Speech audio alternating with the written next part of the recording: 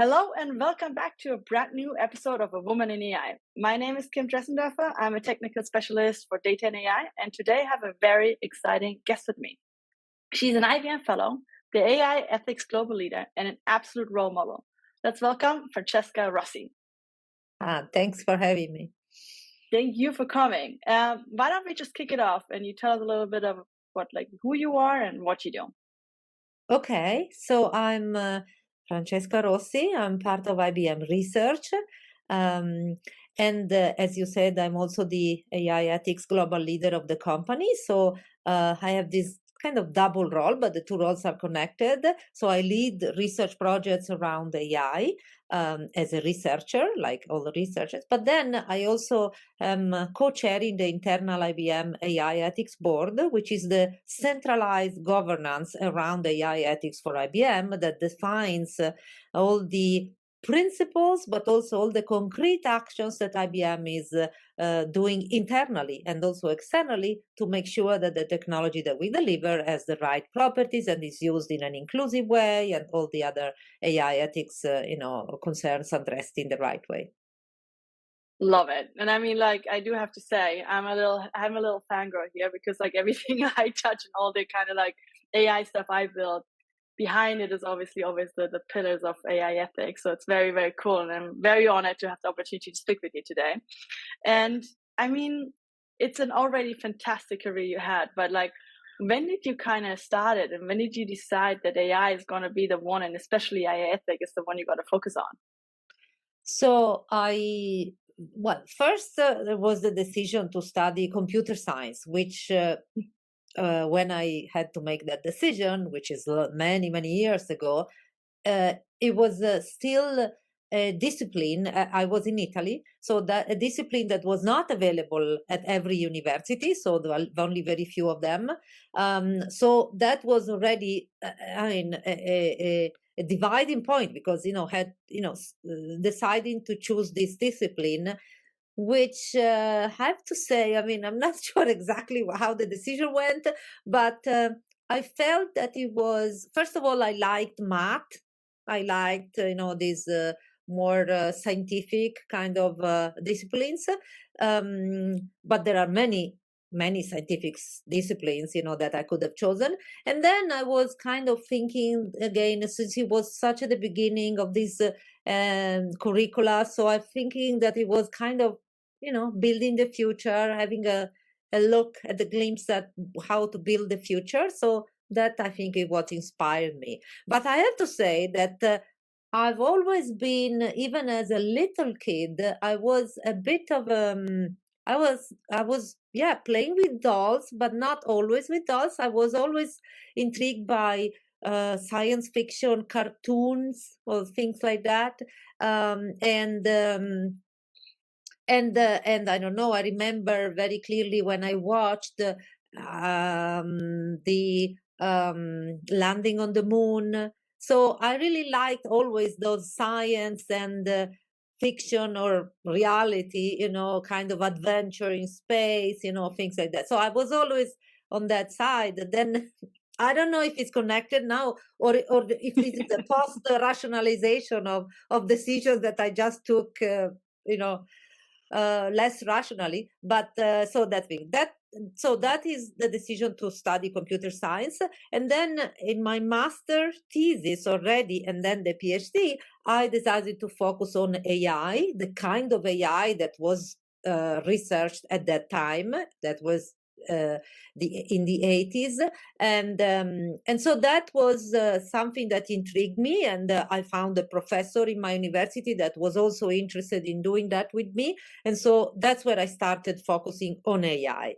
And then much later, when I already had spent 25 years doing my career in academia, I decided to go on sabbatical at Harvard University. That was already 2014, 15. And I went to spend this year at the Radcliffe Institute, which is an institute, part of Harvard University, that every year hosts 50 fellows from all the possible disciplines. but not just scientific disciplines. There were all the science are covered, all the humanities, and all the arts. And Mhm. then during that year, they force you to spend time and to work with these other people that are so different from you. And so it's challenging. It's not, doesn't come natural. But during that year, I really learned the value of being able to communicate and to understand the point of view of people that were not just AI researchers. Um, Mhm. and so I understood this value of multidisciplinary work, and also that these people were not interested in my latest theorem or experimental results or paper, but they were interested in the broader impact of the technology that I was working on or the science that I was working on. So I started thinking about this broader impact because they stimulated this thinking in me. And so then after that sabbatical year, I joined IBM. I didn't go back to my university. I joined IBM, and I started more and more thinking about the AI ethics aspects. That's amazing. It's like, especially like, because a lot of times when we talk and like people are interested in AI, sometimes we get lost in that we need the diversity, not only like from a technical standpoint. Because if it, I'm like always trying to explain, because like so many people want to do AI, but everyone's kind of scared of the stigma of what you have to bring. Like you got to be a computer scientist, right? You like have to bring this all in. But like I always say, like, well, we can build the greatest thing if we don't have the person to sell it, or the person who like brings the marketing expertise in and like helps us to like bring it to the market. And it's like apparently like the same happened to you, like the diversity and the different kind of perspective is like the game changer at the end to like make it a more broad and accessible technology at the end. Hmm. Yeah. um if when you look back, like obviously we talked about diversity, but like how many, like was it like how many women did the same studies at you? Was it like kind of equal, or were you like kind of the only one? When I was doing my university studies, Yeah. no, no, no. I mean, there were very few women, and Yeah. I don't think I ever thought, oh, there are very few women. That's an issue, or even when I was doing, started doing research, that maybe many times I was the only woman in the room. I didn't see it as really an issue. I never felt. I mean, I was fortunate enough. Even my PhD thesis supervisor, he was a man, but I never felt that I was treated differently because I was a woman. So the time where I really felt that in a different way because I was a woman was when I was already a professor for many years. That was at the University of Padova, and I was the only woman full professor in that department. um, full not professor in that department, full professor of computer science in that department, and I was seeing that most of the women students that had to choose a professor to do their master or PhD studies, they were coming to me. And I don't think they were coming to me because I was the brightest or the smartest or the whatever. But I mean, but I mean, it was a factor. I think that I was a woman. I was the same gender, so it resonated with them in some way, even maybe in an unconscious way. So that's where I started thinking, well, see, I am making a difference as a woman, not just as a student without a gender or as a researcher without a gender, but I was seeing that I was having a role as a role model as a woman professor in computer science.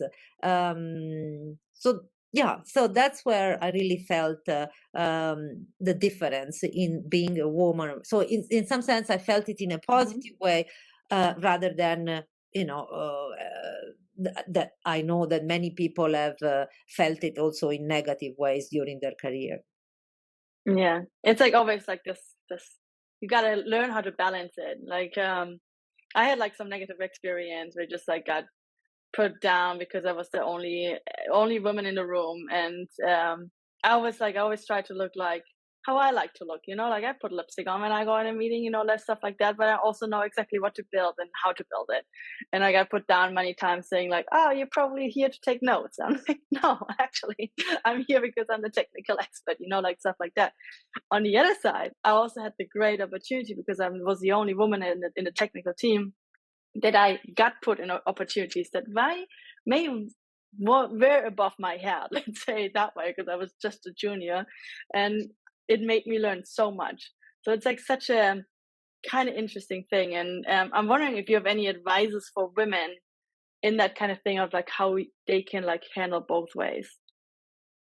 No, I mean, the main advice, first is to do what you're passionate about. Because if you do Mhm. something for other reasons like that, it's easy to find a job, or your parents push you to study that thing, or whatever reason, and is not your passion, you're not going to do it well. And then you have to spend your whole life doing things that you don't like. So that's very bad.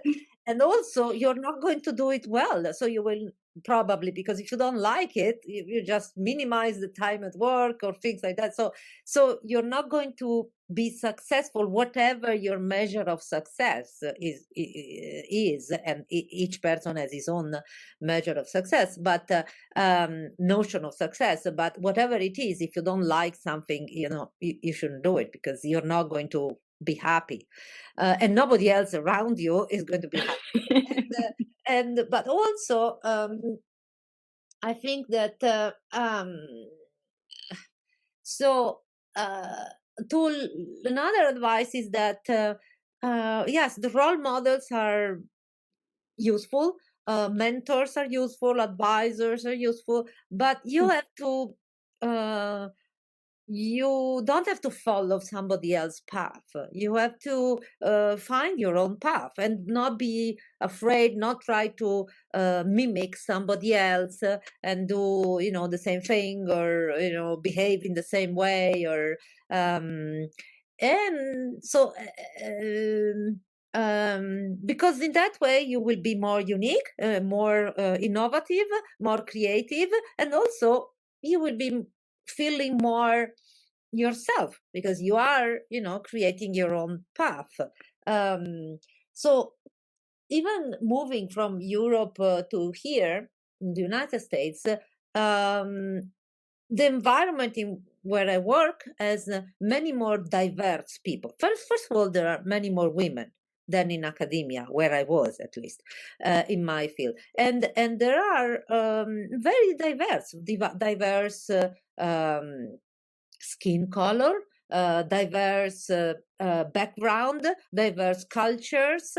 And so you understand that you don't have to conform to some mainstream way of behaving, of dressing, of putting your hair, whatever. So you have to behave like you like to behave. Um, Yeah. and so that's another advice to really. And then that another advice also, that even when that you're not going to be alone. You don't have to be Mhm. afraid of asking for help. Nobody knows everything. Even people that behave as if they know everything, they don't. So you maybe don't know something, but others don't know something else. So the power is in joining forces and helping each other, and you will always find people that are willing to do that. Oh, that is so beautifully said. I loved everything of it. That's amazing. Great advice. And I kind of want to touch a little bit about, I mean, like obviously like your story and like what you do now. And maybe you can explain what exactly you're working on right now. I mean, there's many publications you published and there's a bunch of stuff I'm going to attach in the footnotes for the podcast. But like what is something you're specifically proud of what you achieved in your career?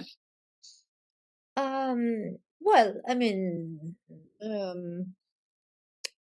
I think that there are many scientific, papers that I published, of course. Most of my papers, to reconnect to what I just said, uh, I didn't write them by myself, but I wrote them with other authors. So I think that I have over my career, because there is a website that it lists all your papers, and it also lists all your co-authors over all the papers. So I think that I have like 150 co-authors over on my career. So I really enjoy, doing scientific work with others. Um, and that's something that I really like. But I have to say that in this last few years, I joined IBM only 8 years ago, so not long ago. uh, so the journey in AI ethics maybe is the one that makes me more proud, and also it made me also grow more as a person, because by trying to understand the right values with which to build AI or to deliver, to release it to others, to use it, and so on, of course one learns and has to understand better about your own values, because okay, what values I have to use in AI, but then you have to answer the question, what values are important for me and for society and for others. um, so that, I think, is the part of my career that made me grow more and learn more about technology, because I am surrounded by people that have a lot of different expertise, even scientific and technological expertise, much more than me, or in much broader. So it helped me broader my knowledge, but also again, because of the impact that I see that I can make together with others, of course, in the kind of technology that is really used and delivered in real life. So in academia, I was happy having a scientific kind of impact, but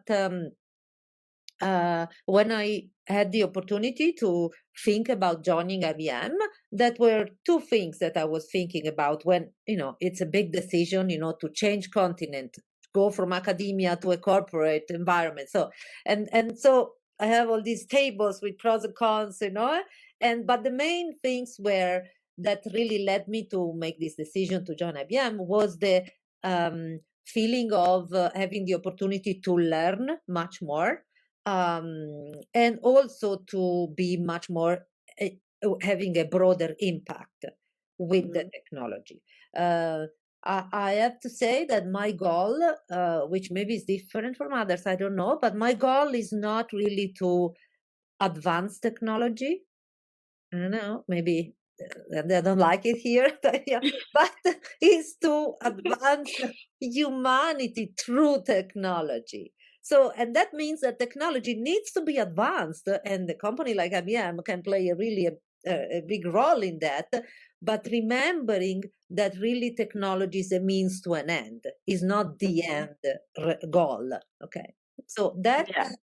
the realization of the role of technology also in my life, I didn't have these reflections, these thoughts when I was in academia. So that's why I find this latest year of my career more deep into myself, the technology, and the impact of the technology. It's so interesting. And I mean, like, if we, like, obviously, like, you lead the whole IBM AI ethics kind of path, right? And I like, even if I go to the meetings myself, right, and I have a discussion of like what kind of, let's say, what's our IBM AI service we implement, and I mean, like, the most common use case we have is everything relating to conversational AI, which could be chatbot and all that kind of thing. And I always get the discussion of like, first of all, there's a lot of fear coming from AI because like a lot of people just can't grab it. And what I always think is like more interesting is the decision making progress and how to build something that makes sense to every kind of personality which we have out there. I mean, like, there's this like whole principle of the sending and receiver kind of narrative of like, because everyone is asking different kind of questions and everyone is understanding stuff differently, right? And the main thing, if I when I build a chatbot, it's like always coming up like, how can you reason how a human makes specific decisions, right? And that's something that comes down to the whole I don't want to say fear of AI because like everyone's like, but this is what it comes down to, like, because we cannot understand how we make a decision, but that's just how we do it based on, let's say, cultural difference. And I'm like, I moved from Germany like 8 months ago, right, from Munich here to the US. So like, it's for me completely different arguing it here because I do have a cultural difference and I do grew up just differently comparing to stuff like here. Probably the same with you from Italy. Mhm. And I'm always wondering, like, from a technical standpoint, how do you, and also from an ethical standpoint, how do you reason and how can we explain in an AI ethical kind of standpoint how to measure humans' position? To measure human, Like to like or to like understand it, you know what I mean? so well, okay, so one aspect of what you said is that yeah, humans are very different. They have different ways of come from different cultures, so these cultures may give different priorities to certain values. um, so how do you build a piece of technology that collaborates or interacts with humans in a way that resonates with, you know uh, um, so that um, so that is I mean, the fact of the topic here is about how do you build AI that can understand the context and the culture and interact in a way that is resonates with that Mhm. culture, that those values, and aligned to those values. And and yeah, yes, I mean, chatbot that are very open-ended that everybody can use from people in every region of the world. Um, well, first of all, chatbots like ChatGPT, they are not they are their goal is to generate good text, good in terms of then so their goal is not all these things that we said, you know. So sometimes they make mistakes, sometimes they generate text that is completely inappropriate, harmful, and so on, because that's not their goal, you know, the way they were built. um, but I think that uh, I mean, in terms of human machine collaboration, I think there's still a lot that we have to do, but I think it's a good, for example, in one of my recent current projects, we are trying to advanced AI and also human AI collaboration by taking inspiration from a theory of how humans make decisions, humans in Mhm. general, whether you are from Germany, from Italy, or from the US. We always use these two big modalities, like the thinking fast and the thinking slow. Mhm. Um, and so, by combining these two modalities, we try, we know, I mean, we successfully, you know, navigate the world and make decisions um, by deciding every time whether the thinking fast is good enough or we have to be more careful and use the thinking slow modality. So in this project, we are trying to be inspired by these two modalities in building machines that also make a similar combination of two machine thinking fast and slow modalities, and also that can interact with human beings, knowing that human beings will make their decision using a combination of these thinking fast and thinking slow. So um, so understanding when it's better, according to the values that the machine and the human beings have shared about the decision environment, understanding according to those values whether it's better to use a thinking fast or a thinking slow modality in making the decision, and helping human beings really understand, oh no, this time I should use the thinking slow modality because here otherwise I'm not going to be aligned with the values that we have agreed that these are the values important for this. For example, you may want to say that in a decision environment where there are emergencies or fatalities or disasters, Mhm. maybe speed is the most important value, even if decisions are a bit less quality and not optimal. Maybe you can say that that's the most important value. Or in another environment instead where you could say that in a human machine collaboration, a very important value is that the human, yes, is helped by the machine in making decisions, but it learns during the process. It's not de-skilled. It's not left in the dark. And so then you can design the human machine collaboration in a way that helps human, yes, be supported by a machine, make better decisions with the support of the machine, but also continuously being upskilled by this interaction with the machine. So according to the values, you can design machines and human machine collaborative frameworks to protect and support those values. Very interesting. I do have a question. Like, is that then based on a relevancy training kind of feedback loop, or what kind of training would you use for that? For deciding which Mhm. modality is the one to use. Yes. Well, in human machine, you can again decide. You can consider, first of all, you can have an emergent behavior that learns over time, given the past performance of humans and the machine. Mhm. Um, and then you can also consider the confidence that the machine declares to Mhm. have, doesn't necessarily have, but it declares to have about the current decision. Um, and then you can also uh,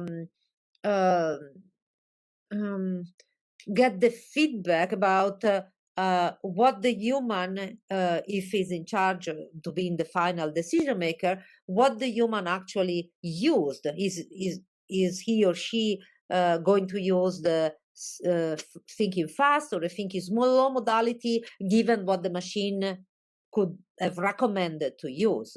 Is the human being following what the machine says or not, and why is Mhm. not, and is that the right approach, and so on. So all these dimensions can be taken to make it as contextual and as reactive and personalized as possible. But again, the important thing is to start from a set of values that you want to support in that decision environment. That is so fascinating. I have so much to learn. I am just realizing now there's so much more I gotta discover and like put into my just like knowledge base on how to represent. I do have a question. I mean, like I can talk technical stuff and like what you explain for hours, but I do want to know, where do you see AI, especially evolving in the next 5 years, going? I mean, you mentioned ChatGPT. Great, it's a language model, fantastic. It's just going to get better and better, and we're just going to get more and more tools which every person can use. But like more interestingly, is like from an ethical standpoint, what needs to happen in the next 5 years to make it not like a regulation, maybe like should there be laws in place? Should there be like more specific training? For like example, like there's a lot of medical students that have to go to an ethical committee. And I mean, like we in IBM, we have that ethical values and points. So we know what to build to like, so mistakes like, let's say the just male crash dummy doesn't happen anymore, or the Apple Watch that can't track the woman's cycle because it, you know how diverse that development team were. Like, what is your prediction for the next 5 years? Well, I mean, first of all, it's very difficult to make predictions because even things change every week, every minute. So Yes. this 5 years at this point in AI, 5 years is a long time. But I think that um, I mean, I'm maybe because I started working in AI a long time ago, before the machine learning approaches really uh, Mhm. um, showed to be so successful in many applications. I still think that there is a role to play by all the other techniques in AI, combined with data-driven approaches like machine learning, deep learning, transformers, and so on. But there is still a role to play with combining and what some people call neurosymbolic AI. So Mhm. combining the neuro data-driven techniques with the more symbolic, logic-based reasoning and knowledge-based techniques of AI. Um, because I mean, I don't have the certainty, I don't have the proof that this is absolutely needed to advance AI with the right properties, so with the ability to, um, I mean, not make mistakes that are so surprising to us. Mhm. Uh, and so to make it to build these systems in a way that can better resonate with us, because more and more we will work, function, we do everything we do already right now, but even more we will do things in collaboration with these machines. And so it's important that these machines can uh, we can trust them, meaning that we can rely on them and not always be on the lookout. Oh my God, what is he going to do now? Is he going to, generate this text that is offensive or whatever? So how to do that? I don't know exactly, but I mean, my intuition is um, that learning only from data uh, doesn't achieve that. Um, Mhm. it could be that with the right scale and the right amount of data, mm, maybe you improve on those dimensions. But that would be a very expensive and even um yeah, very expensive way maybe to achieve something that you could achieve in a much more concise, compact, and less expensive way if you could represent all the knowledge contained in this data in a different knowledge formalism, and reason about that knowledge structure rather than just finding correlations. Now, uh, so again, I don't have a proof that this is needed, but but I've seen so much data and so much computing power in data-driven approaches that still have a lot of limitations. So Mhm. I tend to think that we need to consider a combination of data-driven and knowledge-driven techniques. Very interesting. I mean, absolutely makes sense. And I always like wonder because if we if we don't use that kind of knowledge pile, right, at the end, like it's us who's building it, right? We just use the historic data, try to predict or create an hypothesis of what might be the answer for it, right? But if the person who builds it at the end, which is like in that case data scientists and the person who has the expert knowledge, if we don't educate those kind of folks in the right way on how to properly use that data, we might also go down a rabbit hole of And like also very bad. another, yeah, right. And also, as you say, it's also important, yes, to improve the technology, but it's also important that whoever uses the technology is educated about the capabilities, limitations, the Hmm. risks, and so on, as well as the policymakers. They also need to, because otherwise, if they don't understand where the technology is, um, it's difficult to regulate it, right? Or to create standards or whatever, all the different pieces of the puzzle around the use of the technology in society. So it's um, even the way even the name artificial intelligence is already creating some fears. And what do you mean artificial intelligence? I'm intelligent, then you are going to create another form of intelligence that is going to replace me, or immediately even unconsciously people think that way. Then on top of that, in some of these chatbots, they see a behavior in terms of text generation which is very similar to a very well eloquent human being. So given the name, given this behavior that they see, it's very natural that we think, oh, then this is like a human being, like really intelligent, like an intelligent human being. So uh, our tendency to anthropomorphize machines is really, you know, uh, explodes given the behavior, the very good language that these chatbots can generate, which was not the case until even months ago. So, so that all together, the name, the behavior, makes up the perception, which is only a perception, that these machines are really getting to the level of intelligence, even if we don't even know what it means for a human being, but anyway, to a level of capabilities that humans have. And so that, oh, we are really in front of an artificial intelligence. And that's that's I don't know, I don't have a definition of intelligence, but I don't think that's the case. I think that these are very good techniques that can be very useful in many applications, but we have to be aware of their capabilities and limitations and risks as well.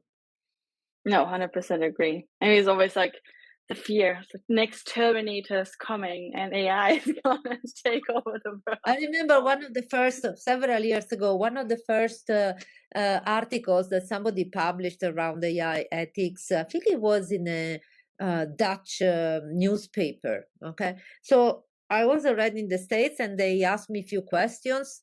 I don't know why at that time. I mean, anyway, so they asked me questions about AI ethics. And then they asked me a picture that they could put, in the article, a picture of me. And so I remember I spent hours in choosing the best picture, from this side, the other side, so that, and then the next day the article was going to be published. So it was in Europe. So I woke up, it was already published, I went and looked and my picture was not there. They had put a picture of Terminator, so I was very disappointed. Yes. Oh my god, that is hilarious. It's like, Okay. um, wait, this is crazy. Talking about a personal experience, and I just saw it online, and I do want to know, like, you just met the Pope Yes. in the Vatican City. Yes. How cool! Tell us about it. So the Vatican published, actually not the Vatican, the Pontifical Academy for Life is a university inside the Vatican. In 2020, they published the Rome Call for AI Ethics. So notice that it's called the Rome Call, it's not called the Vatican Call, because if you read this call, it's nothing about religion, although a religious institution publishes, and it's about, what are the values that should be considered when using AI or delivering AI or building AI. So values like nobody has to be left behind, so the inclusion part, the continuous education for people, the accessibility to everybody, and so on. So many important values in AI ethics. And IBM was one of the first to sign, to endorse and sign this call in February 2020, just the last event that I went to the Vatican before COVID started. So now in January 2023, there was another event related to the same Rome call for AI ethics, where the three main Abrahamic religions, uh, Jewish, Catholics, and Muslim, with three important representatives, went in front of the Pope, all these representatives, to sign this Rome call for AI ethics. And according to the people who organized this at the Vatican, this is the first time that these three religions together, they signed the same document, which is about values related to the technology. So there was one day event in the Vatican, um, where these three religions, said their commitment to this Rome call for AI ethics, what it meant for them. IBM and Microsoft as well, the two companies who signed at the beginning, they restated their commitment to the Rome call for AI ethics. And IBM said all the things that happened since February 2020 to now inside IBM to really follow up on those principles with concrete actions. And then during the day, we spent half an hour with the Pope, who gave a 10-minute speech around AI ethics, and the Rome call for AI ethics, saying how he loves and endorses all those principles, and that's his view about technology. And then we got the opportunity to just say hi, so each one with his own language. I spoke in Italian, everybody was speaking different languages, but to just say a few words with him. That is amazing. I mean, I'm just like trying to understand the depth of this, getting all these religions in house to agree to sign one AI ethical agreement. That's huge. And I mean, I just like I need to process that, but like I can't believe this is happening, and this is like something. And you spoke to him. Like, what did he say? I'm a little curious. Not much. I just said, I said, also not much. I said, what a great honor to be here, Your Holiness. You have to start with Your Holiness Oh, the in holiness. Yeah. Italian. No, but yeah, it's a big, great honor to be here and so on. And he replied with just few words. But I mean, so it was not really a private, interaction one-on-one with the Pope. We were several Yeah. people, like I think about 50 people in total, and so some people spend more time, like the head of the IBM delegation, of course, Dario Gil. He spent more time because also we as a delegation we brought a present, like our quantum computer chip, our AI chip, and the nanotechnology chip. So he explained, the value of these um, um, different kinds of work that IBM is doing. So, but yeah, it was great, and it was great also to see the Vatican, areas of the Vatican that they're not open to tourists. So they're like, Especially for you as an Italian, that's probably yeah, a lot of so pride coming there. yeah, I mean, I've been to the Vatican before, but not in those areas because those areas are inside, corridors, after corridors to get to this room where we met the Pope. So it was an interesting day. Yeah. Sounds amazing. I need to like do my research and grab and get all the information for the listeners to just put them in the show notes. And I do have the last question I normally ask at the end of every podcast is, what's your favorite app on your phone? Favorite app? I'm not sure. I thought that you were going to ask me favorite movie. Because We can do that too. What's your okay. favorite movie? No, favorite app.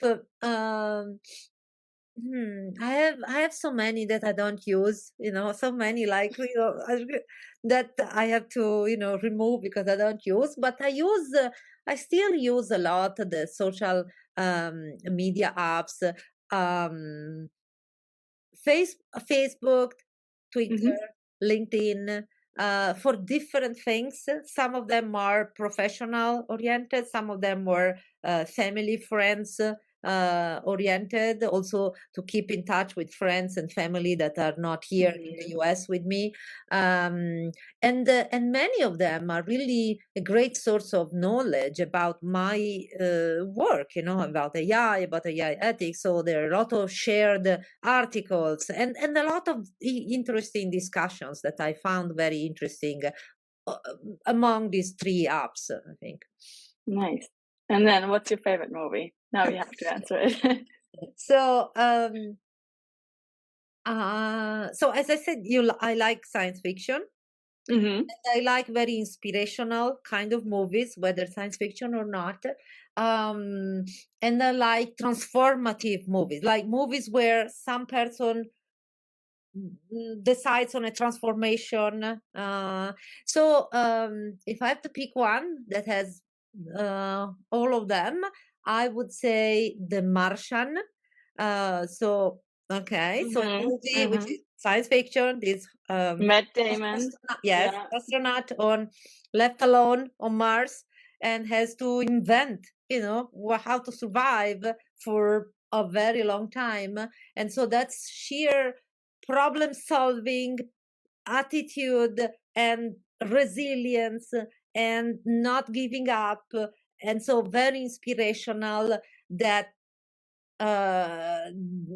attitude that works not just if you are left alone on Mars, which maybe doesn't happen to many people, but even if you are in a challenging situation in your life. So Yeah. really, yeah, I like the science fiction, the sense of adventure and so on, the rescue and so on, but I Mm. really like the resilience, problem solving, being concrete, don't give up, and think that no matter what happens, you can always address the challenge and move on. It's a beautiful movie. I think it's also 2.5 hours long, so it's like something But I I watched it many like. times. Yeah, it's a good one, it's a good one. Oh, I Yes. like it too, it's a good one. Um, Thank you so much. It's been a fantastic interview so far, and I just want to say thank you for all the work you're doing as well. So, like, I'm going to thank for all the listeners to like for everything you've been doing, and we can't wait to see more of of the future what you bring. And is it okay if the listeners are reaching out to you on LinkedIn, Twitter, and they can Sure. follow you along? Is that all fine? Yes, of Amazing. course. Of Then course. thank you so much, and have a fantastic rest of your day. Thank you, Kim. You too. Thanks.